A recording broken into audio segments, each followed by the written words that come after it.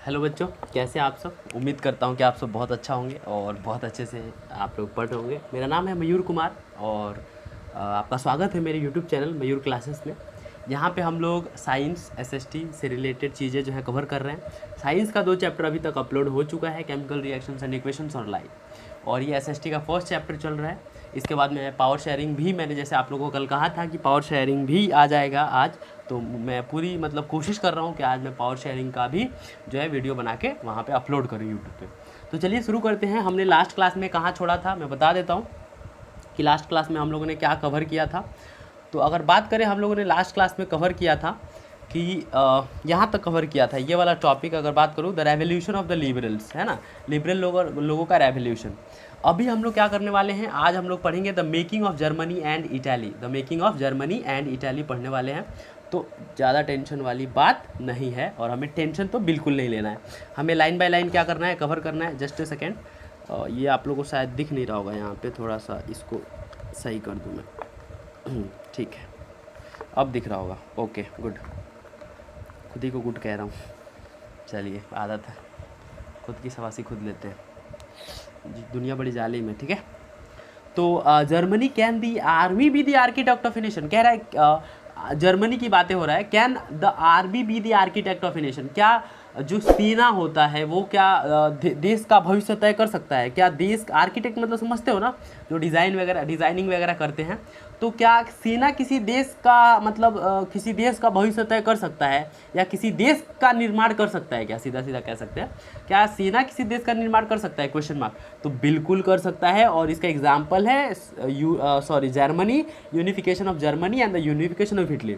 After reading this text book, after reading this topic, you will come to know that army was there who what they did, they have unified the Italy and Germany, and it was just because of the army, है ना। उसके अलावा वहाँ पे कोई बहुत ज़्यादा role नहीं था किसी का, आर्मी वहाँ पे बहुत बड़ा रोल निभाई थी। तो बात करते हैं, after 1848 nationalism in Europe moved away from its association with democracy and revolution. कह रहा है after 1848 nationalism in Europe moved away from its association with democracy and revolution. मतलब 1848 में क्या हुआ, 1848 के बाद वहाँ के लोगों ने डेमोक्रेसी की डिमांड रखना शुरू कर दिया। Nationally sentiments were often mobilized by conservatives for promoting state power and achieving political domination over Europe। कहने का मतलब nationally sentiments were often mobilise by conservatives, जो वहाँ के लोगों का नेशनली सेंटिमेंट्स था, है ना, वहाँ पे मगर कंजर्वेटिव लोग भी ये मतलब सोचते थे, उनके बारे में सोचने लगे थे कि अगर ऐसा नहीं करेंगे तो हमारा जो दाल है वो गलने वाला है नहीं। तो उन लोगों ने जो है नेशनलिस्ट को थोड़ा बहुत छूट देना शुरू कर दिया था, है ना, फॉर प्रमोटिंग स्टेट पावर, ताकि उनकी क्या रहे, उनका पावर बढ़ा रहे, अचीविंग उनकी पॉलिटिकल डोमिनेशन रहे पूरे यूरोप में।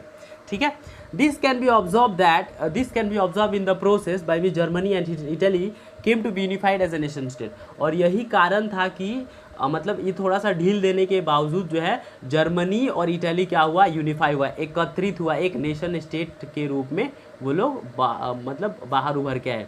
दे emerged as a nation state which country, Germany and Italy. Okay, तो as you have seen nationalist feelings were widespread among middle class Germans who in 1848 tried to unite the different regions of the German Confederation into a nation state governed by elected parliament।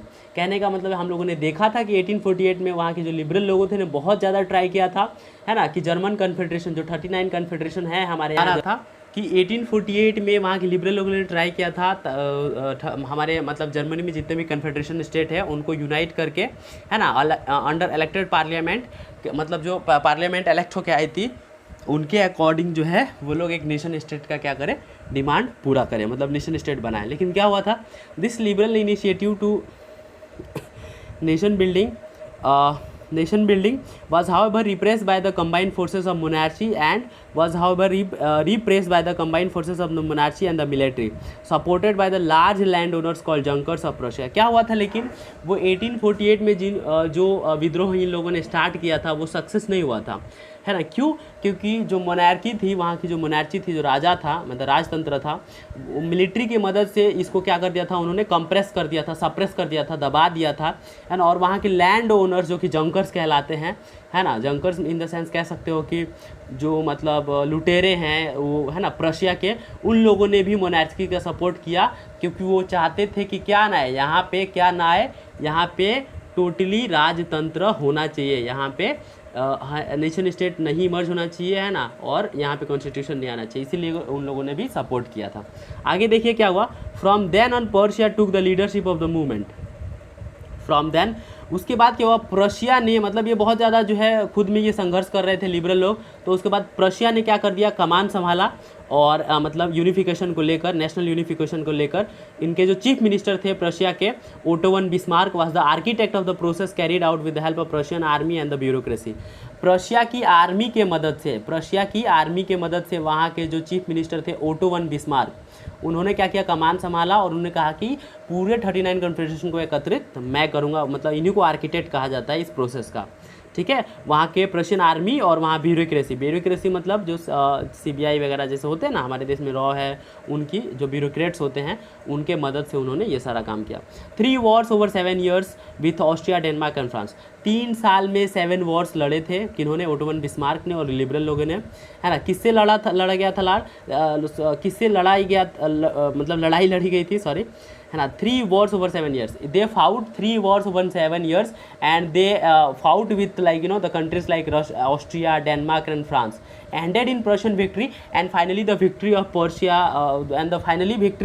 was declared, completed the process of unification in January 1807, and finally the Germany got unified in 1871 after the defeat of the Austria, Denmark and France with the Prussia. The Prussian king William I was proclaimed German emperor in ceremony held at Versailles. After the defeat, I mean when the Prussia got victory, after that what they did, they held the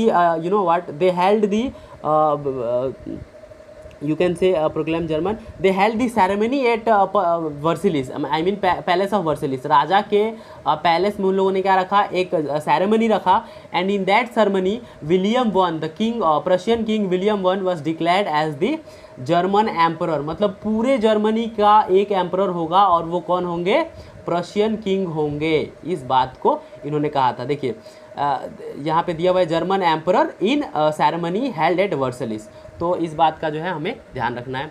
आगे चलते हैं, आगे देखिए क्या कह रहा है। On the bitterly cold morning of 18 जनवरी 1871, 18 जनवरी 1871 की बात है, बहुत ठंडा, मतलब दांत कटा देने वाला मॉर्निंग होता है ना, जैसे दांत देखो एक दूसरे में चिपक जाते हैं ऐसे करके, तो वैसा ठंडी था वहाँ पे। और एन असेंबली कॉम्प्राइजिंग, असेंबली जो है हेल्ड हुआ था, असेंबली में लोग आए हुए थे। कौन कौन थे, princess of the German state, जितने भी 39 कन्फेडरेशन स्टेट थे वहाँ के प्रिंसेस आए हुए थे, राजकुमार लोग। रिप्रेजेंटेटिव्स आई थी, हर एक स्टेट की आर्मी की रिप्रेजेंटेटिव्स आई हुई थी। ओटोमन प्रिंस, प्रशियन मिनिस्टर थे, इंक्लूडिंग चीफ मिनिस्टर भी थे, including chief minister Otto von Bismarck भी थे। गैदर्ड हुए थे कहाँ पे, unheated hall of mirrors in the palaces of Versailles to proclaim the new German.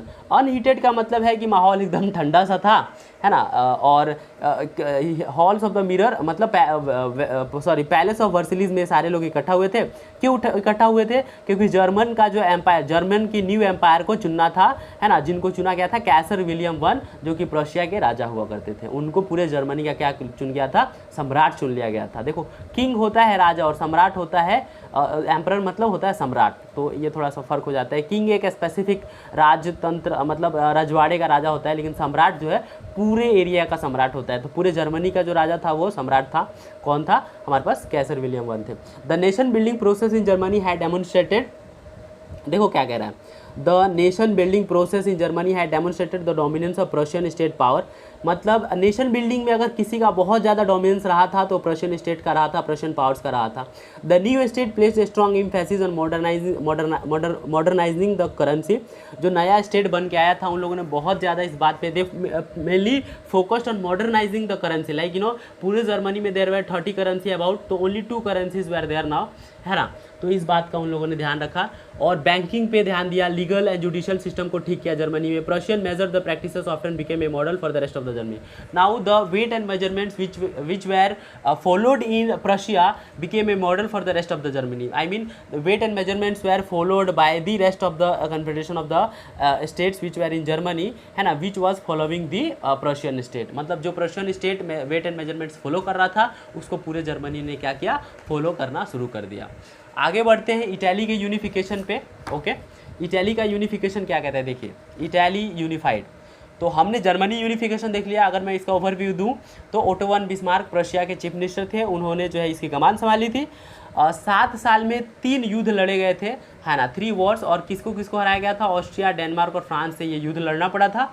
और इनको हराने के बाद जो है कैसर विलियम वन को जो है राजा बनाया गया था, किसका, पूरे जर्मनी का, यूनिफाइड जर्मनी का। 1871 में जर्मनी जो है, कब, 1871 में जर्मनी जो है यूनिफाइड हो गया था। ठीक है, तो ये पूरा ओवरव्यू था हमारे पास यूनिफिकेशन ऑफ जर्मनी का। बहुत ज़्यादा इंपॉर्टेंट हो जाता है, अगर ये आपका एग्जाम सब्जेक्टिव होता तो बहुत ज़्यादा इंपॉर्टेंट था, लेकिन अब तो ऑब्जेक्टिव हो रहा है तो मज़े ही मज़े हैं, तो कोई दिक्कत वाली बात नहीं है।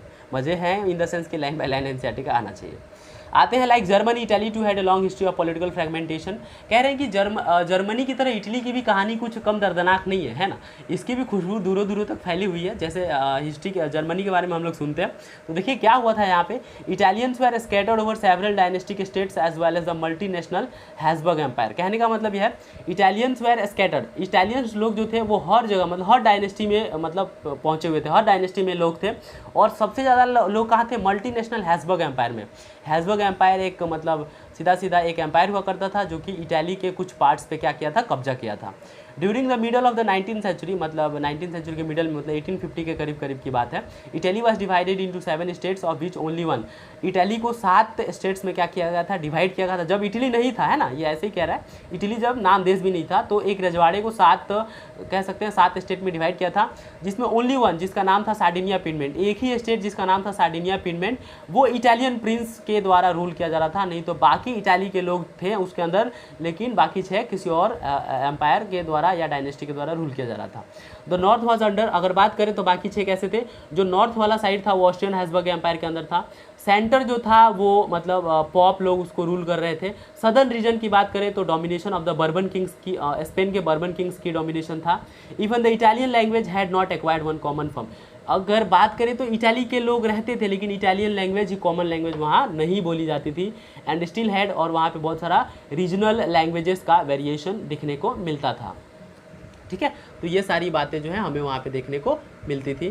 तो ठीक है, आगे बढ़ते हैं कि क्या कह रहा है। During the 1830s Giuseppe Mazzini had sought to put together a coherent programme for a unitary Italian republic. कहने का मतलब है 1830 से क्या हुआ था, गौसेप मजीनी ट्राई करना शुरू कर दिए थे कि कैसे मैं इटली को जो है यूनिफाई कर सकता हूँ।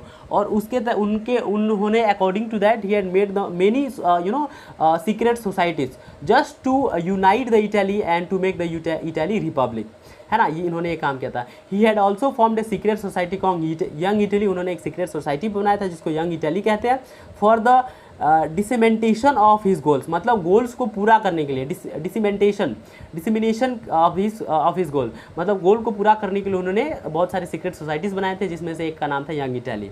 The failure of revolutionary uprising both in 1831 and 1848 mean that mantle now fall on Sardinia Piedmont under its king rule.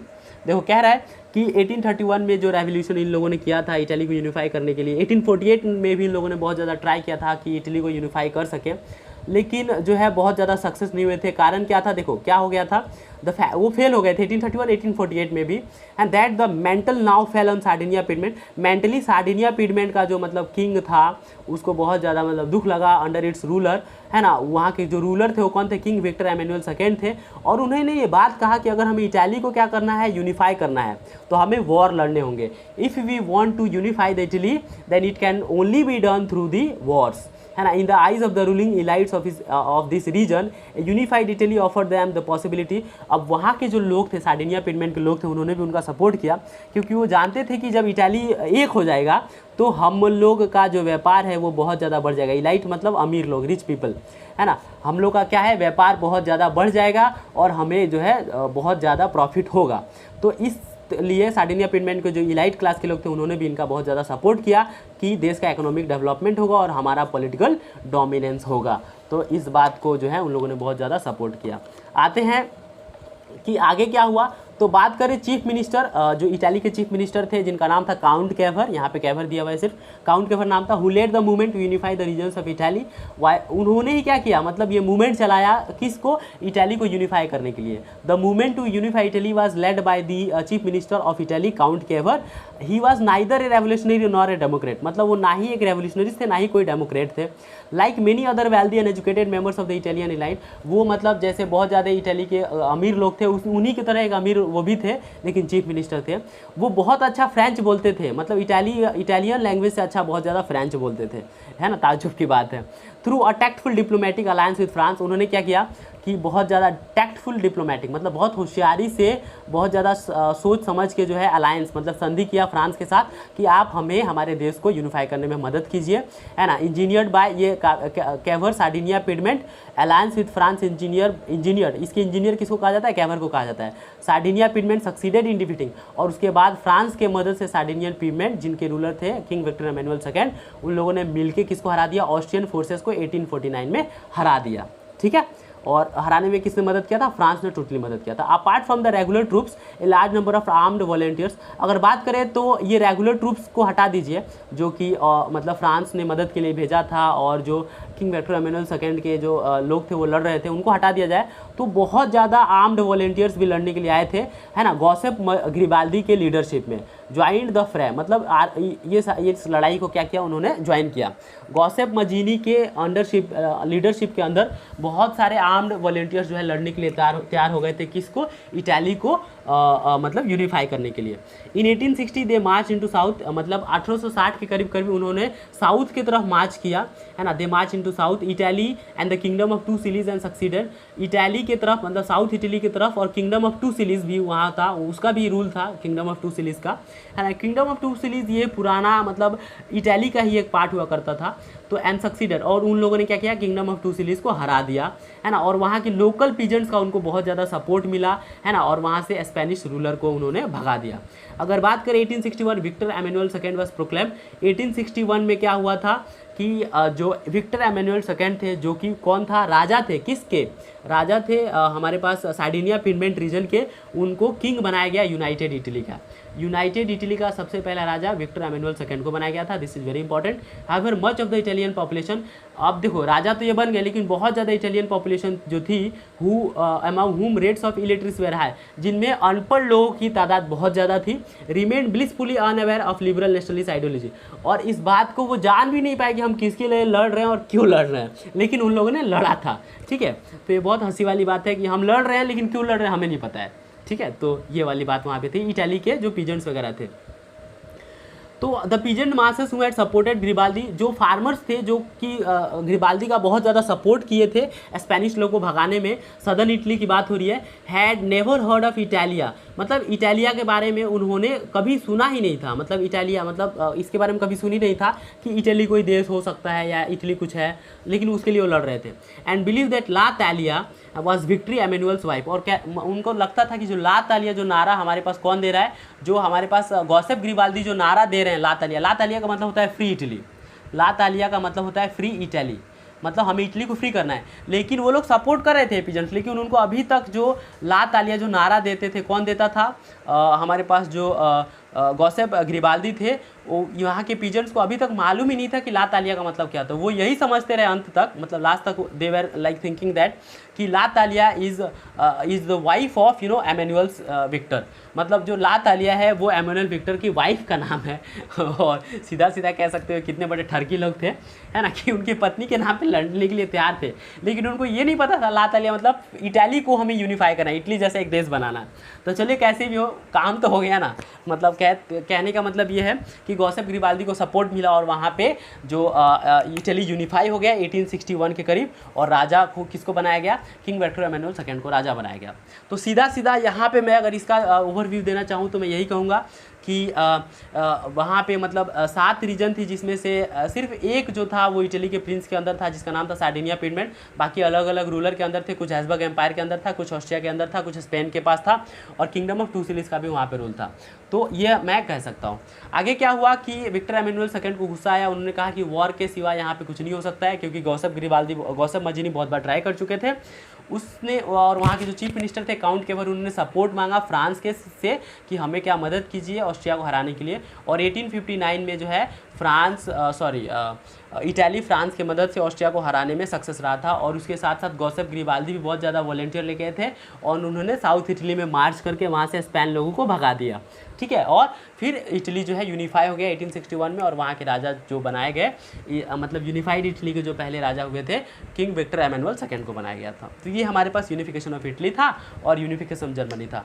Hope कि आपको बहुत अच्छे से समझ में आया होगा। और आज के लिए बस इतना ही रखते हैं। अगला टॉपिक है हमारा the strange case of Britain. Britain कैसे यूनिफाई हुआ था, ब्रिटेन की क्या कहानी है, ये अब हम अगले क्लास में जो है देखेंगे। तब तक आप अपना ध्यान रखिएगा, चैनल को सब्सक्राइब कर दीजिएगा और वीडियो को लाइक कर दीजिएगा, और अपने दोस्तों के बीच भी इसको शेयर कर दीजिएगा, क्योंकि जो है ये सब आप ही के लिए हो रहा है, आपको पता है ना। और उस बेल आइकन को प्लीज़ दबा दीजिएगा, है ना, क्योंकि आपका एक लाइक, आपका एक व्यूज़ हमारे लिए बहुत बड़ा मोटिवेशन देता है ना। हम लोग हमेशा ही ये बात का ख्याल रखते हैं कि आपको बहुत ईजी जो तरीका है वो दिया जाए, है ना। और हम पूरी कोशिश करते हैं कि आपको बेस्ट देने की कोशिश करें, और हम लोग इसमें सक्सेस भी हैं। आपको और कोई प्रॉब्लम है तो आप बिल्कुल कमेंट बॉक्स में बता सकते हैं कि सर ये टॉपिक मुझे क्लियर नहीं है, फिर एक बार आप समझाना चाहें तो समझा सकते हैं। मैं फिर से वीडियो बना के डाल सकता हूँ, उसमें मुझे कोई प्रॉब्लम नहीं है। फिलहाल चलिए आप लोग अपना ध्यान रखिएगा। Thank you so much and thank you all, take care, bye bye.